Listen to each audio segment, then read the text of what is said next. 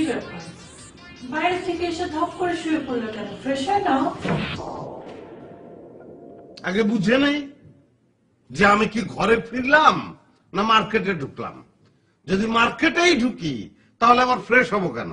মানে কি মিলি, তোমার এই ঘরটাকে তুমি আর ঘর রাখো নাই, এটাকে তো সুপার মল বানায় ফেলাইছো তুমি। এই যে শপিসের দোকান, গয়নার দোকান। আপনার কাছে পাখি আছে না ম্যাডাম? পাখি, একটা পাখির দাম কত বলেন, আমি কিনবো ম্যাডাম, বলেন বলেন। সকাল তোমার কি হয়েছে? তুমি এইভাবে কথা বলতেছো কেন? এইভাবে কথা বলতেছি কারণ আমার পায়েস খাওয়ার বেড়া উঠছে। একবার পায়েস খাই না, আমি তো মহা অন্যায় করছি। আমি চিন্তা করছি এখন থেকে আল্লাহর 30 দিন সকাল দুপুর বিকেল সন্ধ্যা রাত খালি পায়েসের উপরে থাকবো। আমার নাম হবে পায়েসি শওকত। পায়েস খাওয়া ভালো কথা, তুমি চিৎকার করতেছো কেন?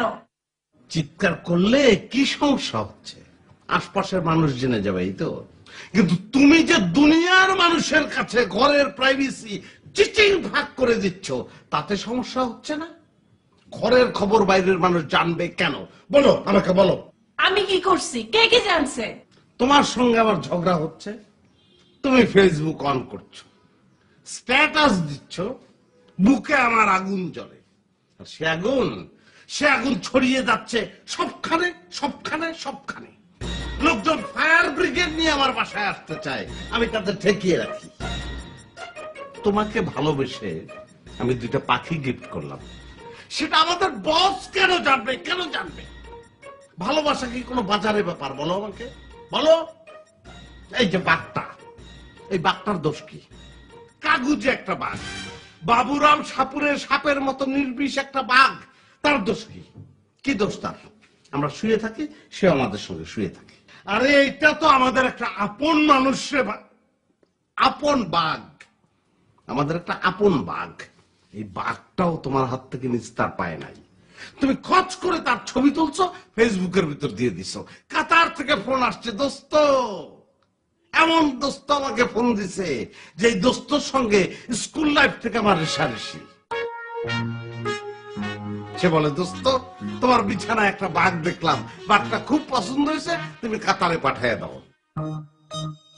আমার বিছানায় দেখছে, আমার বিছানায়।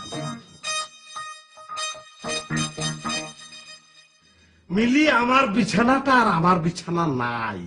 আমার বিছানা কাতার চলে গেছে, আমার বিছানা এখন বৈশ্বিক, আমার বিছানা এখন ইন্টারন্যাশনাল। আমার খুব আনন্দ হচ্ছে,